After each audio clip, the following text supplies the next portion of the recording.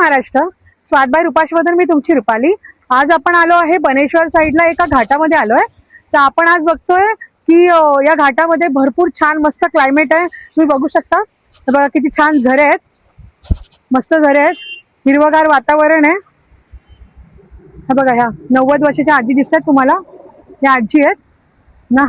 आणि आम्ही आज बनवतोय मस्त ह्या मस्त क्लायमेट मध्ये आम्ही इथे बनवतोय गरमागरम वडे, मुंबई स्टाईल गरमागरम वडे.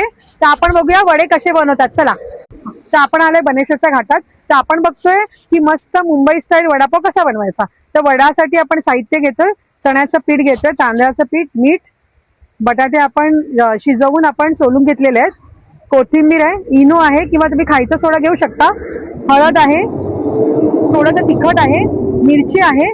आणि तडक्यासाठी आपण घेतोय राई, हिंग, लसूण आणि कढीपत्त्यासाठी आपण तडक्यासाठी हे सामान घेतलंय. ह्याचा आपण तडका करणार आहोत. तर हे सामान आपल्याला पूर्ण वडे बनवायला लागणार आहे वडापावसाठी. चला बघूया वडापाव कसा बनवायचा. पहिला आपण बनवतोय की आपण जे वडापावसाठी जे पीठ लागतं चण्याचं पीठ, त्याचं आपण कोटिंग आहे ते कसं तयार करायचं ना आधी स्टार्टिंगला ते बघूया. आपण घेतलंय 1-2 वाटी चण्याचं पीठ, म्हणजे 200 ग्राम चण्याचं पीठ घेतलंय. त्याच्यामध्ये आपण 2 चमचे तांदळाचं पीठ टाकणार आहोत. तांदळाचं पीठ टाकल्याने त्याचा क्रिस्पी चांगलेपणा येतो, वडे छान क्रिस्पी बनतात. थोडंसं आपण हळद टाकूया, ह्याच्यात थोडंसं मिरची पावडर टाकूया आणि इनो किंवा खायचा सोडा जे पण तुम्हाला घरात अवेलेबल असेल ते तुम्ही टाकू शकता. आणि हे चांगलं याचं मिक्स करून घेऊया. चण्याचं पीठ आणि तांदळाचं पीठ मिक्स करून घेऊया. आणि ह्याच्यामध्ये हळूहळू आपण बिस्लरी वॉटर इथे वापरणार आहोत, कारण आपण बाहेर आहोत. आपण इथे छान बिस्लरीचं पाण्यामध्ये हे मिक्स करणार आहोत आणि थोडं मिक्स करायचं आणि याचं चांगलं पीठ कन्सिस्टन्सी बनवायची. बघा, हे वडापावचं जे पीठ आहे याची कन्सिस्टन्सी अशी असली पाहिजे. हे आपलं पीठ आता हे रेडी आहे. असं ह्याच्यात गुठळ्या झाल्या नाही पाहिजेत पिठामध्ये. याचं छान आपलं हे पीठ वडापावचं तयार झालंय, बघू शकता. ओके, आणि आपण याच्यात तेल टाकले. ही सेकंड स्टेप आहे. अगदी पीठ बनवून घेतलं आपण वडापावचं कोटिंग. आता हे आपण तडका मारतोय. तर तडक्यासाठी आपण थोडं तेल टाकूया. तेल टाकल्यावर तेल थोडंसं गरम झालं, गरम होऊ दे तेल. थोडं तेल गरम झालं की आपण ह्याच्यात थोडीशी राई टाकूया. राई तडतडली पाहिजे. लसूण,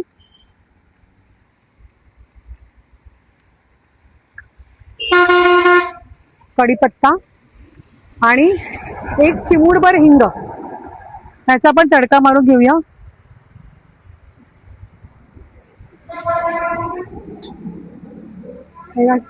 हा तडका चांगला तडतडला पाहिजे.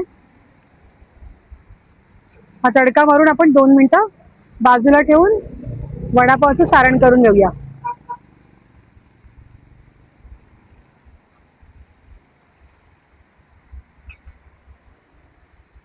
बघा, हा तडका छान तडतडलाय. लसूण, कढीपत्ता, राई, हिंग चांगलं तडतडलं पाहिजे.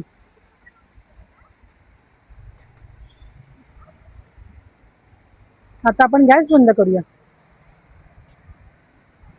आता आपली थर्ड स्टेप आहे.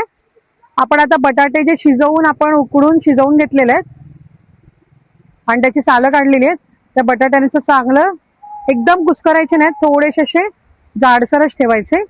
एकदम त्याचा चुरा नाही करायचा.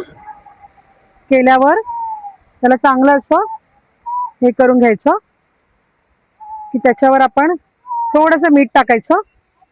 थोडं मीठ टाकलं की थोडी हळद, थोडी आपल्याला जेवढी मिरची पाहिजे या मिरचीची पेस्ट करून टाकायची, तर मिरचीची पेस्ट टाकायची आणि थोडीशी मिरची पावडर टाकून ह्याच्यावर आपण जो आपण तडका केलाय गरम गरम तडका आपण ह्याच्यावर टाकून घेऊया. आणि हे चांगलं सारण आपण मिक्स करून घेऊया वडापावचं. बघा आता आपण मस्त वडे बनवून घेतलेले आहेत। आता आपण एक एक वडा मस्त मस्त गोल गोल करतोय आणि पूर्ण मस्त वड्याचं ते पीठ जे वड्याचं सारण आहे ते गोल गोल आपण एक एक एक एक हातात घेऊन वडा चांगला राऊंड करून त्याला हलक्या हाताने मस्त प्रेस करून आपण मस्त हे वडे बनवून घेतलेले आहेत। एक एक वडे आता ह्याचे मस्त आपण छान गोल वडे बनवलेले आहेत। बघा मस्त बसू शकता, किती छान सुंदर वडे झालेले आहेत बघा।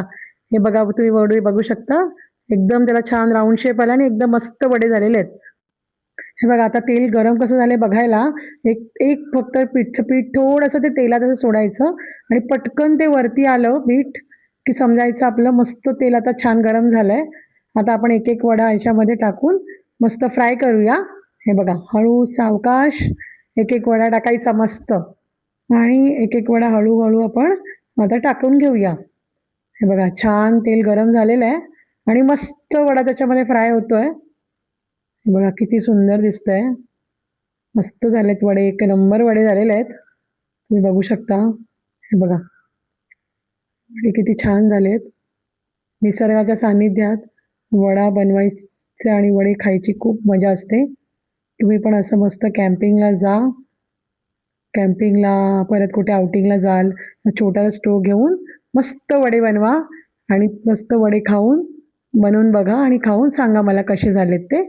आता आपण ते वडे आता आपण थोडेसे पलटी मारून बघू ते कसे व्यवस्थित झाले ते। बघा किती सुंदर वडे झालेत, एकदम क्रिस्पी आणि मस्त झाले। त्यांचा कलर बघू शकता तुम्ही, एकदम छान कलर आलेला आहे, एकदम माझ्या तोंडाला पाणी सुटलंय ना। मस्त वडे झालेले आहेत, झऱ्याच्या बाजूला आपण वडे बनवतोय, खूप सुंदर वडे झालेले आहेत। हे बघा मस्तच झालेले आहेत वडे। आता आपण हे वडे छान फ्राय करून घेतलेले आहेत।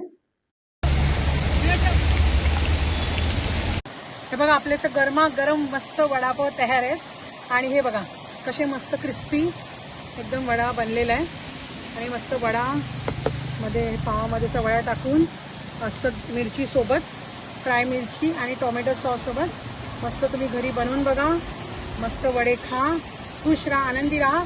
जर तुम्हाला माझी रेसिपी आवडली असेल तर माझ्या चॅनल लाईक करा, सबस्क्राईब करा, शेअर करा।